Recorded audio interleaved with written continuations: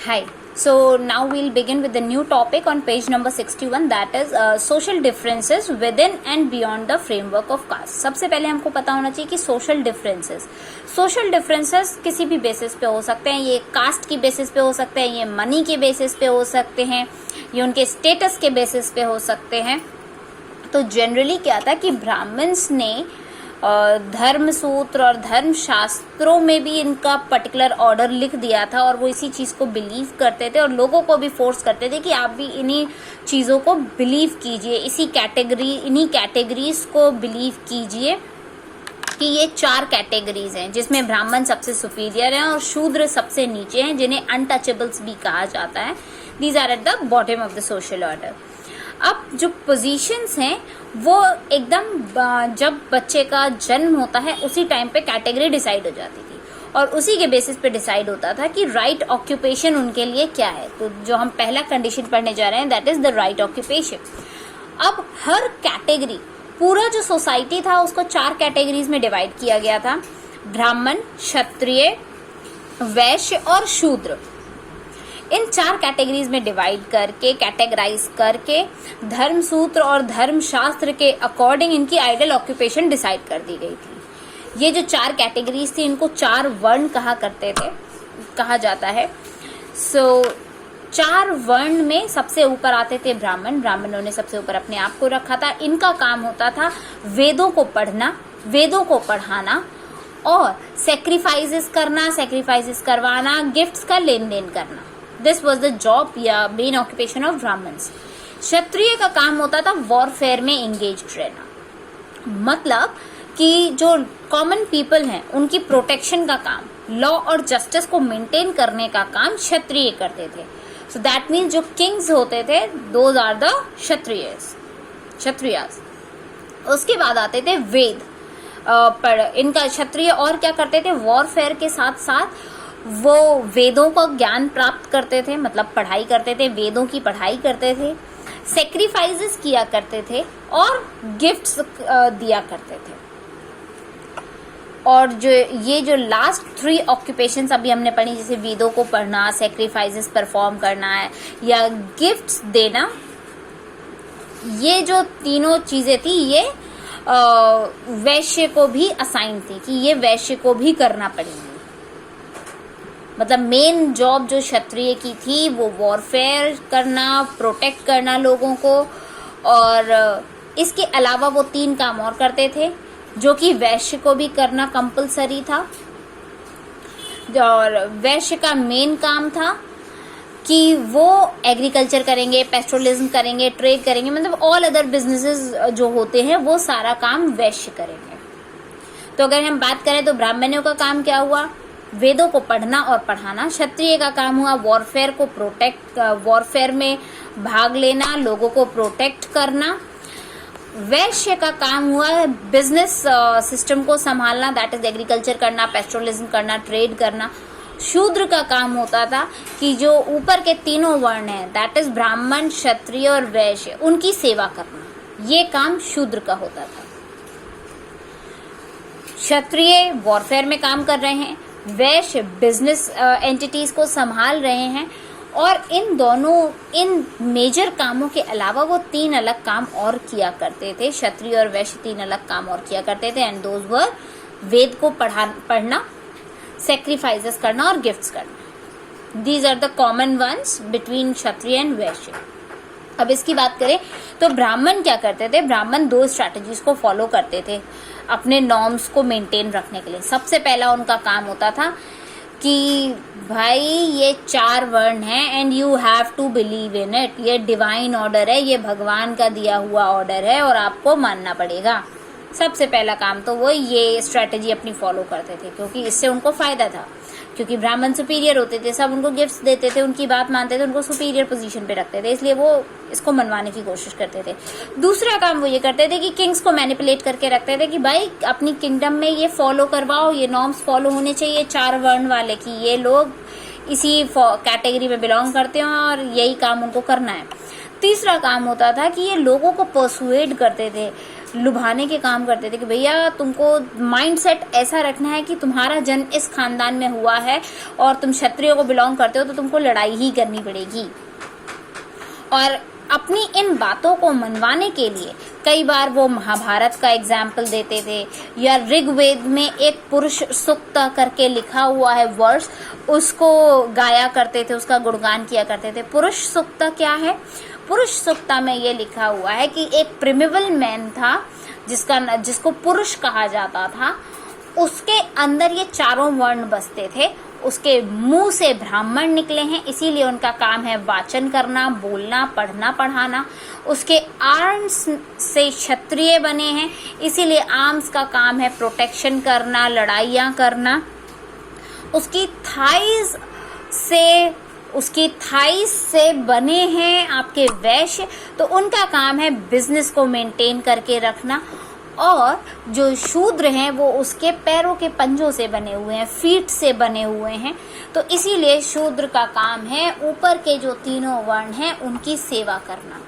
तो ये वो एक डिवाइन ऑर्डर करके लोगों के दिमाग में बसाया करते थे कि ये डिवाइन ऑर्डर है, ये तो ऋग्वेद में भी लिखा है, श्लोक में भी लिखा है, पुरुष सूक्त में आपको मानना पड़ेगा। फिर इसके साथ साथ वो महाभारत का भी रेफरेंस दिया करते थे कि भाई महाभारत जो आदि पर्वन है महाभारत का, उसमें एक इंसिडेंट लिखा हुआ है गुरु द्रोण का। गुरु Drona was the Guru of कुरु प्रिंस, जो कुरु राज्य था, वहाँ के जो प्रिंस थे, कौरव और पांडव उनके गुरु माने जाते थे।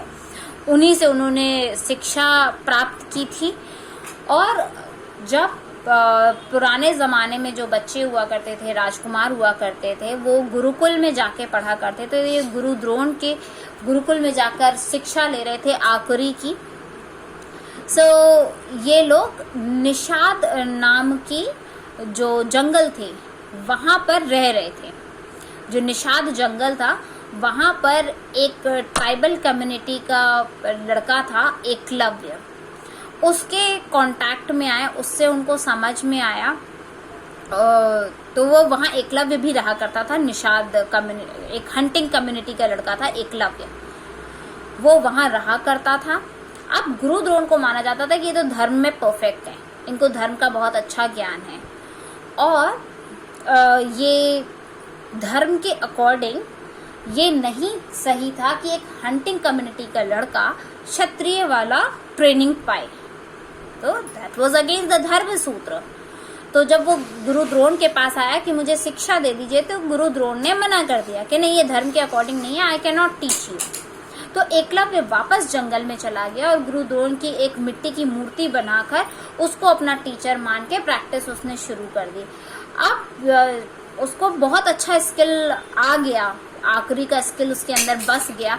और एक दिन जब कुरु प्रिंस वहाँ हंटिंग कर रहे थे अपने कुत्ते के साथ और घूम रहे थे जंगल में, तो वो एकलव्य से मिले। एकलव्य वहाँ पर डार्क निषाद में जो जंगल थे, डार्कनेस में, वहाँ पे प्रैक्टिस कर रहा था। और ब्लैक डियर की उसने स्किन पहन रखी थी और पूरा डर्ट से भरा हुआ था। तो कुत्ता उसके ऊपर भौंकने लगा, एकलव्य के ऊपर। तो एकलव्य ने कुत्ते को मारने या डराने की बजाय उसने 7 एरोज उस कुत्ते के मुंह में मारे और उसका मुंह बंद कर दिया, जिससे कुत्ते को भी चोट नहीं पहुंची और उसके भौंकने से एकलव्य डिस्टर्ब भी नहीं हुआ। और जब डॉग वापस आया पांडवों के पास, तो वो देखकर अचंभित रह गए कि इतना अमेजिंग काम कौन कर सकता है, इतना टैलेंट कैसे, कि 7 एरोज अंदर मारे, मुंह बंद कर दिया, लेकिन कुत्ते को चोट भी नहीं लगी। अब वो वापस एकलव्य के पास पहुंचे और गुरु द्रोण को पता चला। अब गुरु द्रोण का फेवरेट स्टूडेंट था अर्जुन, और उन्होंने बोला हुआ था अर्जुन को कि अर्जुन, तुमसे अच्छा धनुष चलाने वाला कोई नहीं होगा इस पृथ्वी पर, तुम सबसे बड़े मेरे शिष्य, अच्छे शिष्य बनोगे। अब अर्जुन ने गुरु द्रोण को बोला कि देखिए सर, मेरे को तो आता नहीं है, और ये देखिए कितना मैग्निफिसेंट काम किया है। अब गुरु द्रोण जब एकलव्य के पास पहुंचे तो वो तुरंत समझ गए कि ये तो बहुत अच्छा स्टूडेंट है, but I can not teach him. तो गुरु द्रोण ने एज अ गुरु दक्षिणा एकलव्य से उसके राइट हैंड का थंब मांग लिया एज अ फी, कि तुम मुझे गुरु दक्षिणा दोगे राइट हैंड का थंब, क्योंकि वो एरो तो राइट हैंड से ही चलाना था जब। तो उसने बिना हेजिटेट किए एकलव्य ने तुरंत अपना राइट हैंड का थंब काटा और उनके चरणों में चढ़ा दिया अपने गुरु के एज अ गुरु दक्षिणा। तो यस, उसके बाद भी वो बहुत अच्छा धनुर्धर था, लेकिन वो उतना फास्ट नहीं रह गया जितना फास्ट वो पहले था। तो गुरु द्रोण ने अपने शब्दों को मेंटेन रखने के लिए कि अर्जुन से बेटर कुछ नहीं होगा, उन्होंने धर्म को फॉलो करते हुए थंब तक मांग लिया कि कोई और क्षत्रिय ऐसा ना बन जाए। अब हम बात करेंगे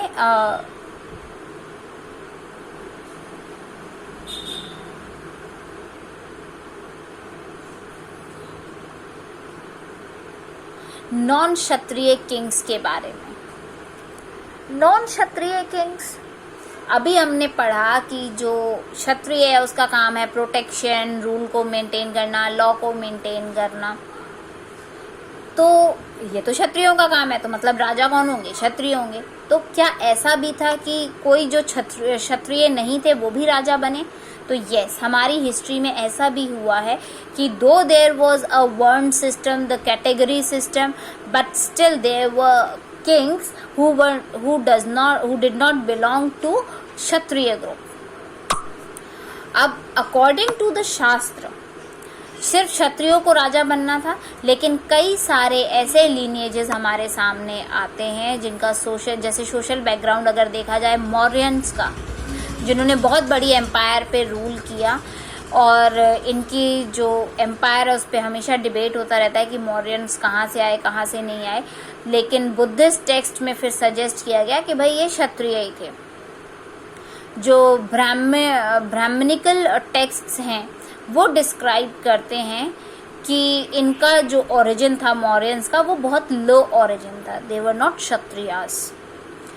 और इसी तरीके से दूसरा एग्जाम्पल हम देखें तो शुंगा, कानव, ये सारे के सारे जो इमीडिएट सक्सेसर हुए मौर्यंस के ख़त्म होने के बाद, शुंगास का रूल आया, कानवास का रूल आया, तो वो ब्राह्मण थे।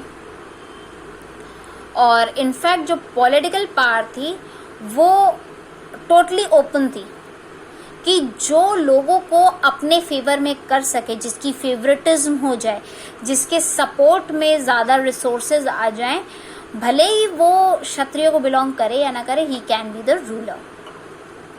जो दूसरे रूलर्स थे जैसे शाकास थे, और जो कि सेंट्रल एशिया में आ गए थे, सेंट्रल एशिया से आए हुए थे, उनको मलच्छ भी कहा जाता था। उनको मलच्छ भी कहा जाता था, शाकास को मलच्छ भी कहा जाता था। या बार्बरियंस थे, मतलब नाई की कम्युनिटी के थे, या ब्राह्मण से अलग भी थे, आउटसाइडर्स बाय द ब्राह्मण्स। तो ब्राह्मण्स का कहना है कि ये जो शाकास थे वो मलच्छ थे या बार्बरियंस थे और आउटसाइडर्स थे, क्षत्रियों को बिलोंग नहीं करते थे, but they were the Kings. However, earliest inscription जो संस्कृत में मिलती है वो मिलती है रुद्रदमन की, जो कि बेस्ट नोन एक शाका रूलर है 2nd सेंचुरी का, रुद्रदमन। और उसने सुदर्शन लेक को भी दोबारा बनाया है। ये रुद्रदमन के बारे में हमने चैप्टर 2 में भी पढ़ा था। ये सजेस्ट करता है कि जो सबसे पावरफुल मलच्छ रहा है, जो कि सांस्कृतिक ट्रेडिशंस को भी जानता था, वो रुद्रदमन था। और ये भी बहुत इंटरेस्टिंग चीज़ है कि जो बेस्ट नोन रूलर रहे हैं सातवाहना डायनेस्टी के, जैसे गौतमीपुत्र, श्री सतकानी, और वो भी यूनिक ब्राह्मण रहे हैं। एका ब्राह्मण, यूनिक ब्राह्मण यानी एक ब्राह्मण, उनके जैसा कोई और दूसरा ब्राह्मण नहीं रहा, जो बहुत अच्छा रूलर रहा, और जिन्होंने क्षत्रिय जो कि फेमस थे अपनी प्रोटेक्शन और प्राइड को लेकर, उनकी प्राइड को खत्म कर दिया। एक ब्राह्मण होकर उसने क्षत्रिय से बेटर शासन करके दिखाया गौतमीपुत्र श्री सतकानी ने। और उन्होंने ये भी क्लेम किया कि कोई इंटर मैरिज मेंबर्स के बीच में नहीं होती थी, अमंग्स मेंबर्स ऑफ 4 वर्ड्स, कि 4 वर्णों की आपस में शादियां नहीं होंगी। लेकिन एट द सेम टाइम हम ये भी देखते हैं कि मैरिज अलायंसेस भी देखने को आई, मैरिज अलायंस विद द किन ऑफ रुद्रदमन, कि रुद्रदमन के रिलेटिव्स की मैरिजेस भी ऐसे देखने में मिली हैं हमको। पहले ये कहा जाता था कि इंटर मैरिज नहीं हो सकती है, लेकिन यहाँ इंटर मैरिजेस भी देखने को मिली। जैसे आप इस एग्जाम्पल को देख के समझ सकते हैं कि जो कास्ट थी वो एक कॉम्प्लिकेटेड प्रोसेस था, कि फ्रेमवर्क ऑफ कास्ट, ये इस कास्ट को बिलोंग करता है, ये करेगा, ये वो नहीं कर सकता, ये बड़ा कॉम्प्लिकेटेड प्रोसेस है। तो सातवाहना जो कि ब्राह्मण थे, किंग्स को क्षत्रिय होना चाहिए था, बट सातवाहना ब्राह्मण थे, फिर भी उन्होंने रूल किया और बहुत अच्छा रूल किया। और जो 4 वर्ण का ऑर्डर था जो कि मैरिज अलायंसेस में बिलोंग करता था, और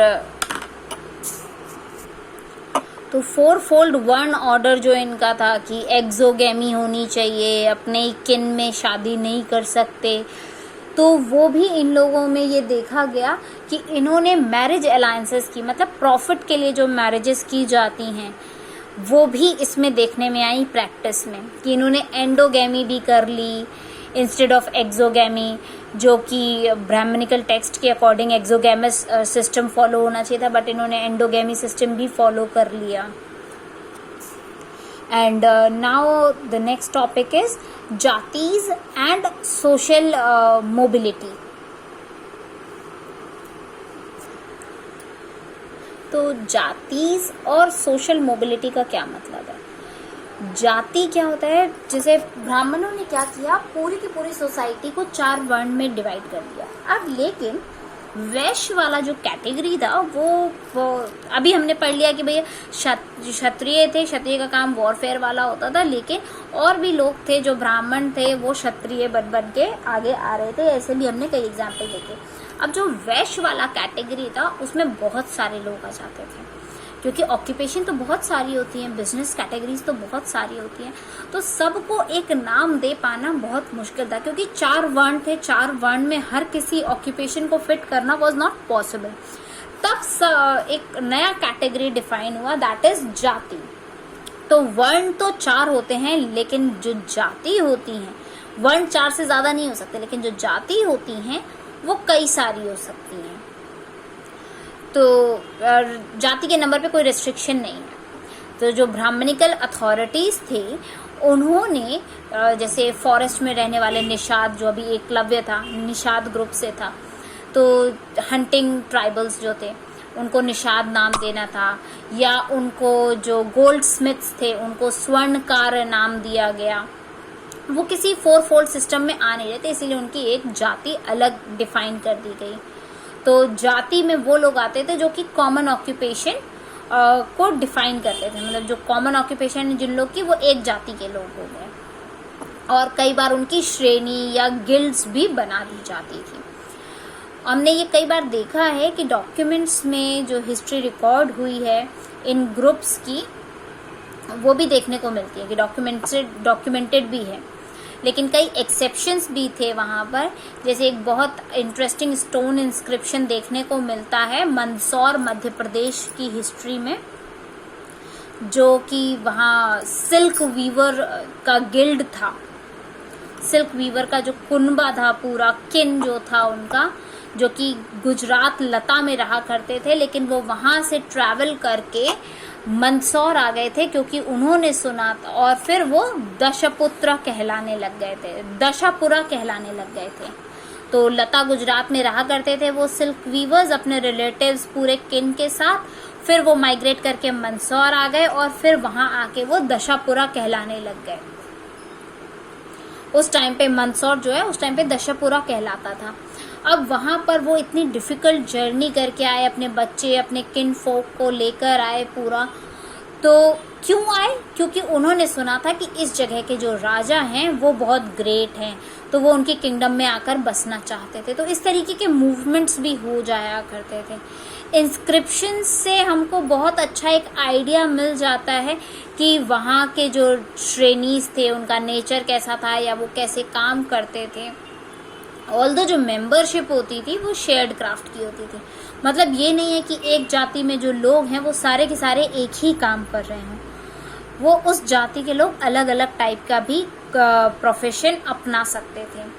तो कलेक्टिवली वो डिसाइड कर लेते थे कि वो हम अपनी वेल्थ को इस क्राफ्ट में डालेंगे और ये काम करेंगे। जैसे कि एक देखने में आता है कि उस पर्टिकुलर श्रेणी के लोगों ने अपना एक कॉमन प्रोफेशन बना लिया और हम सब एक ही कॉमन प्रोफेशन करते हैं, फॉलो करते हैं। तो उन्होंने अपने अपने हिस्से में से थोड़ा थोड़ा सा पैसा जमा किया और एक बहुत सुंदर सा सन गॉड का टेम्पल भी बनाया।